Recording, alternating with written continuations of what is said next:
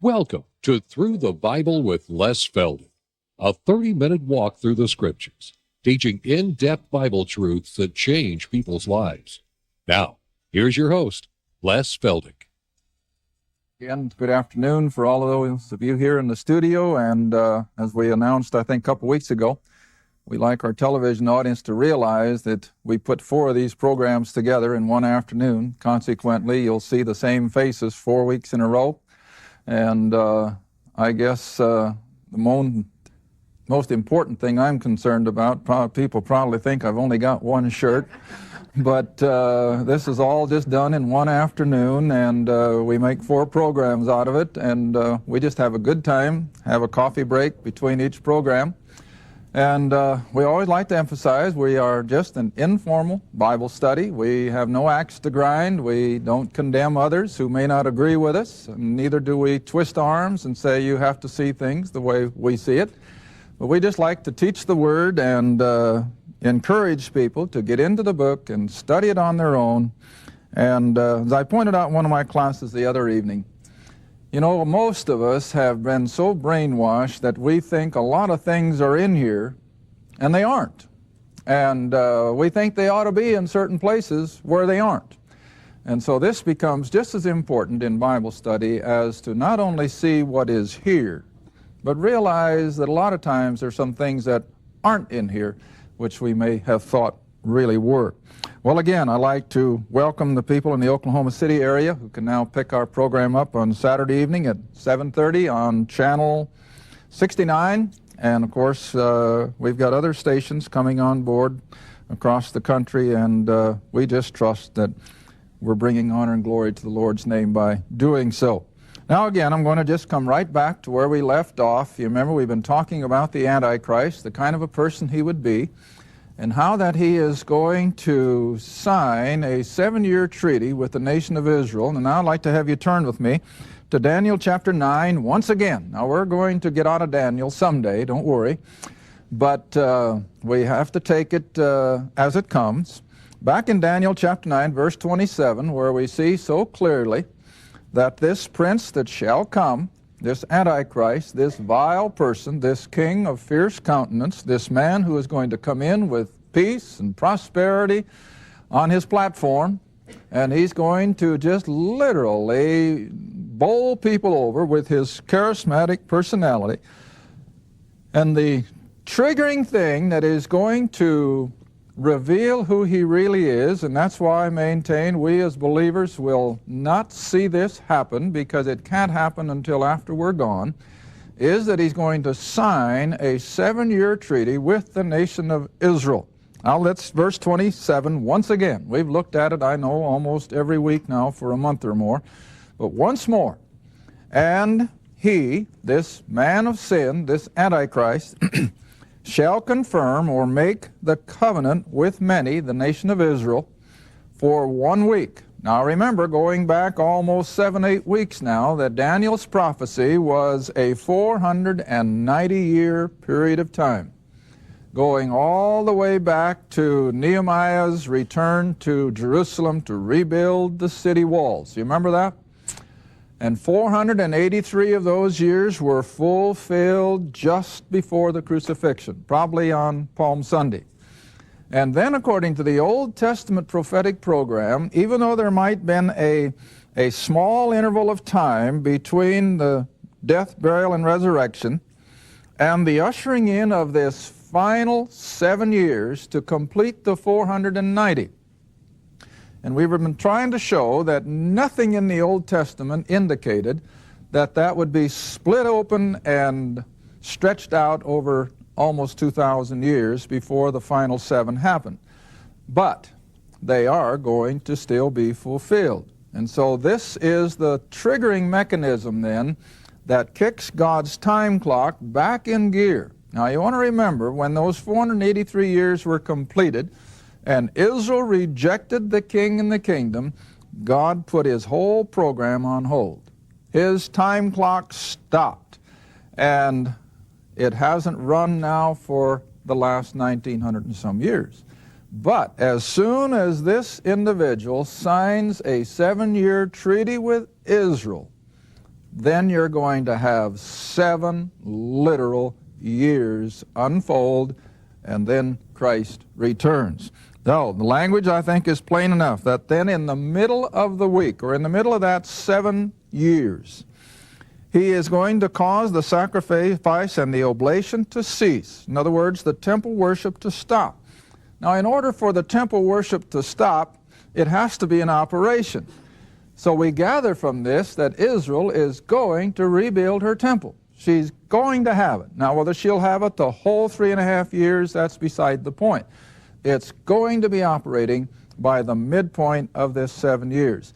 Now, this is one reason I think that, as I mentioned last program, I think the Antichrist will be an apostate Jew, is because when this fellow signs this 7-year treaty with Israel, they are going to be so enraptured with this fellow that is promising them the peace and the prosperity they've been looking for.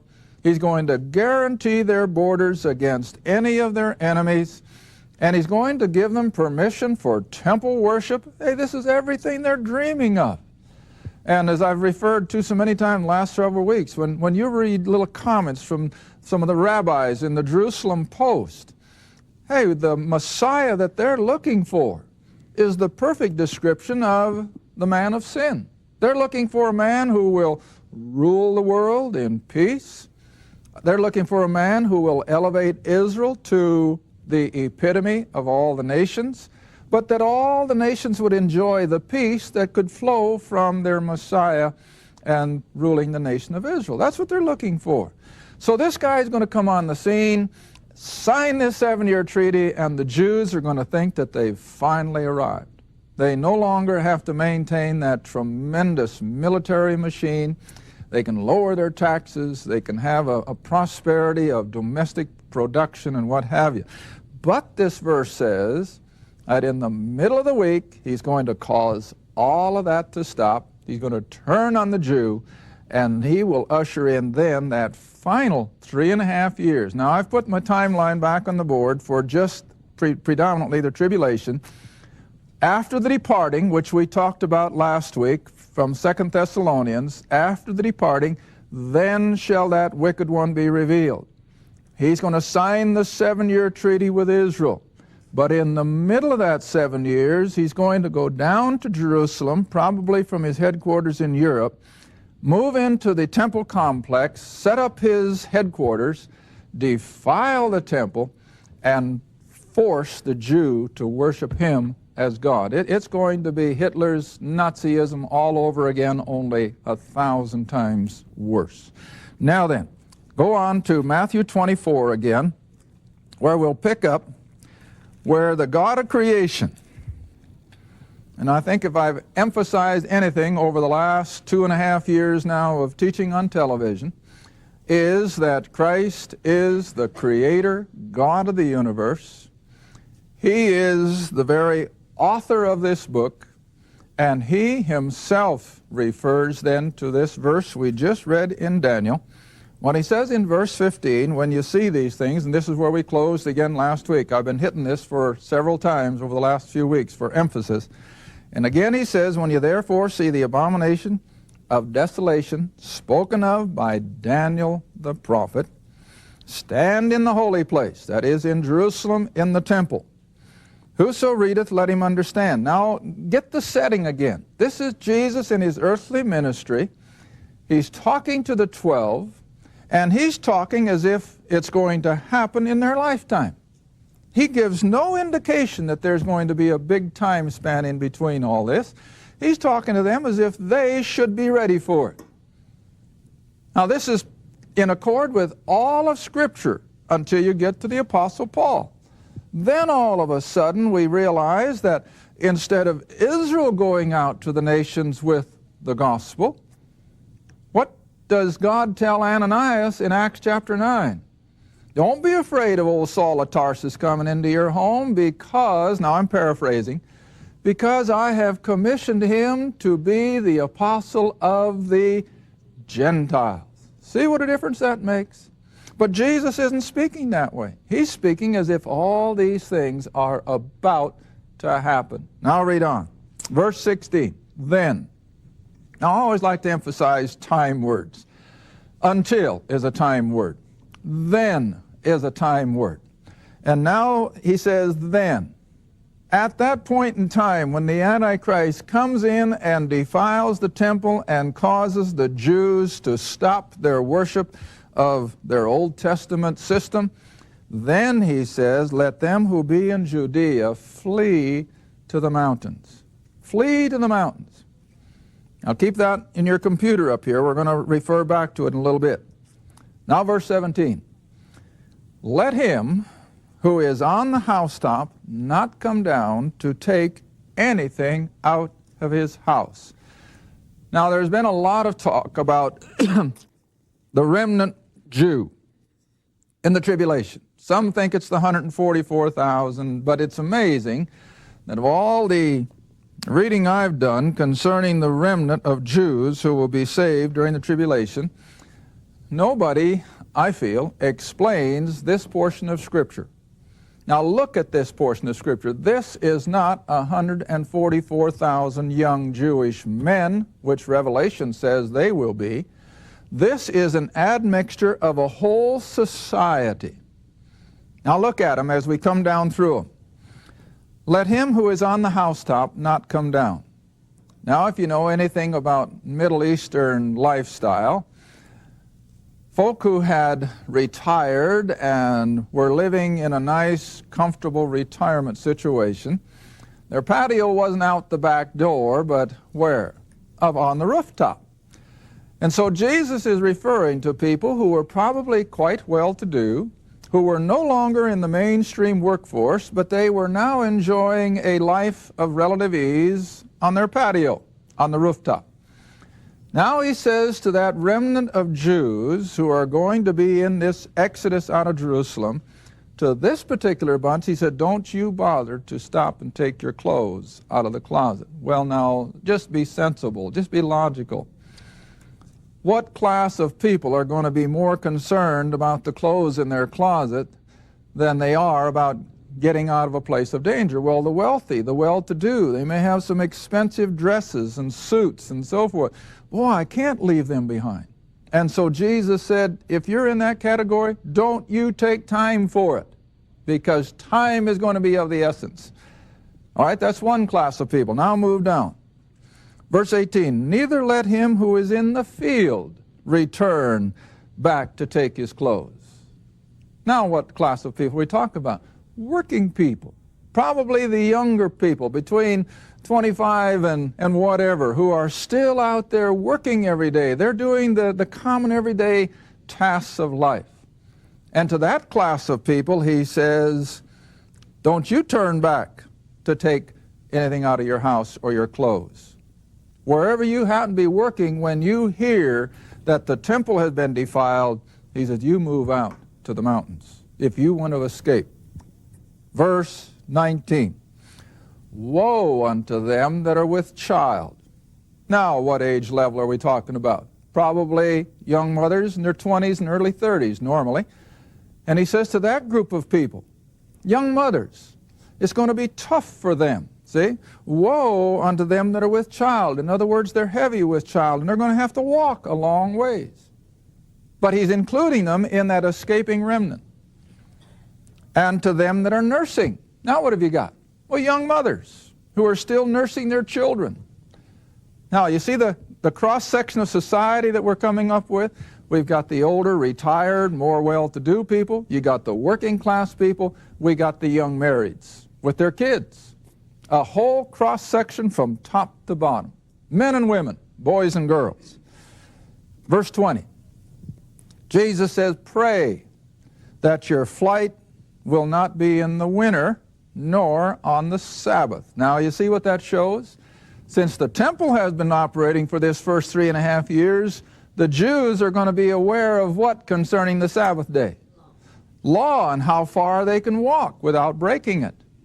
And they're going to be so aware of the law that Jesus said if it's on the Sabbath day, most of you won't even dare walk more than that, what was it, 4,000 feet or something like that they could walk on a Sabbath day? It wouldn't even be a mile. They wouldn't get out of town. And then he says, hope that it's not in the wintertime, because they're going to be walking They're going to be carrying their goods. And he said, just hope that it isn't a miserable flight. Now, verse 21, for then, when the Antichrist comes in and defiles the temple, when he turns on the children of Israel or the Jew, and there's that Exodus. Now, let me do it this way. Let's use our timeline in a twofold way. The Antichrist is going to come in, I think, from Europe, from the West. Going to go down into Jerusalem, he's going to go into the temple, defile it, and immediately he's going to turn on the Jew. Now we're going to go to Revelation, and we're going to find that there's going to be another triggering mechanism that is going to cause these Jews to go down to the mountains, which of course are to the southwest predominantly of Jerusalem. And I call this the Escaping Remnant. It's not the whole nation, but it's going to be a remnant of Jews of all, like we just seen, from every category of life, and they're going to flee the area of Jerusalem down to the mountains. Whether it's the city of Petra or what, I do not know. It's possible, but we know they're going to flee to the mountains, and there God is going to watch over them and protect them for that whole 3.5 years. Now, let's go back, if you will, now. No, let's read one more verse before we leave Matthew 24. Verse 21 again. For then, beginning with this midpoint, shall be great tribulation. Now, the tribulation as we normally think of it will start here. The whole 7 years is going to be tribulation, and I'll show you some things probably the next program that are going to make this 3.5 years anything but a Sunday school picnic. But here is where things really get tough. And I think we mentioned at the end of our last program, when you not only have the outpouring of Satan's wrath, but the outpouring of God's wrath on the whole human race. And it's going to be mind-boggling of what this planet will go through. All right, read verse 21 again then. For then shall be great tribulation, such as was not since the beginning of the world to this time, nor ever will be. Now stop and think. Number one, those of you who heard me teach the flood, was that an enjoyable experience? It was awful. It was awful. It was climatic. It was cataclysmic. It was the end of everybody that was living at that time except Noah and his family. Then you come up through history. I've said the more you read history, the more you realize that for 95% of the world's population, life was not life, it was an existence. It was a life of slavery. It was a life of just barely existing. And then you come up to the World War II and the slaughter of not just the Jews. There was a slaughter of Russians, Germans. Millions came under the suffering of World War II. But Jesus said that's nothing compared to what is yet coming on this planet. And so he says, except those days should be shortened. Now I know a lot of people get the idea this means instead of running 7 years, it may run 6.5. Now I think the Greek implies that unless it would end on schedule, it's going to go the full 7 years. But if it would go a week over or a month over, no one would survive. But since it will end on schedule, yes, there will be survivors. We have to have survivors because after all, you've got to have people going into the kingdom. Now, of course, the largest group of survivors will be this escaping remnant of Israel. Now then, let's go back to Revelation again, and let's pick up this escaping remnant in the prophetic book, Revelation. And I'd like to stop at chapter 11 first. Revelation chapter 11. And here again, symbolism. Symbolism comes in so clearly, and all we have to do is decipher it, and all of a sudden the symbolism becomes a literal truth, just as literal as if it had been written out in plain English again. Chapter 11, Revelation. Oh, let's see. We got to go back all the way to verse 3, where we have at the very onset of the 7 years, as soon as Israel signs that treaty with Israel, I think God is going to send the two witnesses to Jerusalem. The two Jews who are going to proclaim salvation to the nation of Israel right at the beginning. And I think it'll be out of their ministry that the 144,000 will be sealed and designated and sent out into the world to again proclaim the gospel of the kingdom. The king is coming. He's going to set up his kingdom. Well, anyway, in order to pick up the time factor, verse 3, I will give power unto my two witnesses, and they shall prophesy 1,260 days. Now, real fast like, how long is that? 3.5 years. 3.5 years. All right. Now we'll pick them up in verse, they're going to be put to death, and so forth, but we'll come to that later. But anyway, at the end of the 3.5 years, verse 12, they heard a great voice from heaven saying unto them, Come up hither. In other words, they've been killed. The whole world is going to see their bodies laying on the streets of Jerusalem. Now remember, before the advent of television and Telstar, those of us who are old enough, we can remember hearing sermons on this and reading this. We'd say, how in the world will everybody on earth see those two dead bodies laying on the streets of Jerusalem? I mean, it was a big hang-up. But here we are. Satellite technology, and the streets of Jerusalem are in our living room just as plain, and every household will see those two Jews laying on the streets of Jerusalem, I suppose, to rot in that hot Mideast sun. And then, after they've laid there for 3 days, they stand up on their feet. God calls them back to life, and he calls them back to heaven, much the same as Elijah and, as Christ's own ascension, I guess we could equate it. And so they heard a great voice from heaven saying unto them, Come up hither. And they ascended up into heaven. Now this is the miraculous again, As I've said, as soon as God starts dealing with Israel, the supernatural comes in and becomes almost every day.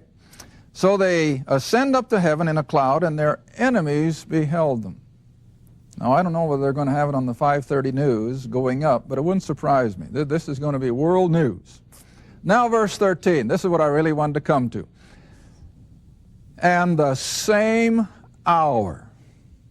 Where are we in the tribulation? Midpoint. And the same hour there was a great earthquake, that is, in the area of Jerusalem. And the 10th part of the city fell, and in the earthquake were slain of men 7,000, and the, what's your next word? Remnant. See? And the remnant were affrighted, and they gave glory to the God of heaven. Now be careful. Is there salvation in merely ascribing glory to the God of heaven? Well, I know a lot of people do that constantly. And so these Jews, even though they recognize now that the God of Abraham, the God of heaven, is certainly working in their midst, it's not a salvation experience, but because of their physical fear of what has just taken place, what are they going to do? Well, what refugees have always done. They leave the city. And so they're fleeing for their life. Not all, a remnant. Now come over to chapter 12. Now chapter 12. When I start these half hours, I think I'm not going to have enough to fill the half hour, and then all of a sudden it's gone and I'm not through. But now in chapter 12, verse 5 and 6. Now here in the symbolism again, the woman is the nation of Israel. I think most people are agreed to that. And so this woman brought forth a man-child. In other words, the Christ child. And here we leap the ages from the time of his birth to the rule of his kingdom, 2,000 years or more. And so she brought forth a man-child who was to rule all nations with a rod of iron. Now it backs up again to the ascension, and her child was caught up unto God and to his throne. Now he's ascended.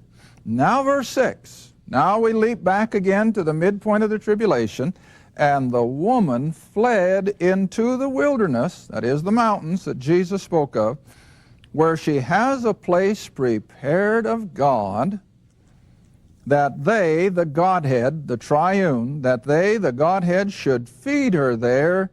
And again, what's the number? 1,260 days, or 3.5 years. The last 3.5 years. Now, come across in that same chapter then, verse 13.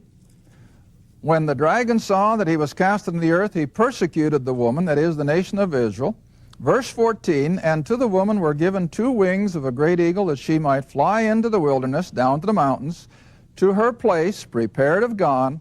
And she's going to be there a time, 1 year, times 2 years, and a half a time, 3.5 years, from the face of the serpent. And the serpent cast out of his mouth water as a flood after the woman, that he might cause her to be carried away of the flood. And the earth helped the woman, opened her mouth, and swallowed up the flood which the dragon cast out of his mouth. Now then, come back with me very, very quickly to Exodus chapter 19, and I don't know if I'm going to have time to finish it, but let's hope so. Exodus 19. Because I've said over the months that we've been on the air now, and those of you who have been under my class teaching for a long time, so much of what takes place in Genesis and Exodus, we see a repetition in Revelation. Well, this is exactly what you have. The same setting of Exodus, with Israel fleeing out of Egypt, with the Egyptian armies behind them. Now look how God looked at it. Exodus chapter 19, verse 4. And he says through Moses, you have seen what I did unto the Egyptians, and how I bare you on eagle's wings, and brought you unto myself. You see what it says? Now flip back again real quickly to Revelation. Verse 14. And the woman was given 2 wings of a great eagle, that she might fly into the wilderness. Now, put all this together. What happened back there when Israel was escaping? Oh, Pharaoh sent his armies and his chariots out to destroy them. Where did God stop Pharaoh? At the Red Sea. The Antichrist is going to do the same thing. He's going to send an army after these escaping Jews as they are being hurried along by the escaping power of God. But what's going to happen? They'll be destroyed. Thank you for watching Through the Bible with Les Feldick. Through the Bible is a partner-supported ministry. If this program has been a help to your study of the Scriptures and you'd like to see others enjoy the teaching, your support would be greatly appreciated. Write to us at Les Feldick Ministries, 30706 West Lona Valley Road, Kinta, Oklahoma, 74552. Or call 1-800-369-7856. Remember, all programs are available in printed form, audio cassette, and videotape. Be sure to tune in next time to Through the Bible with Les Feldick.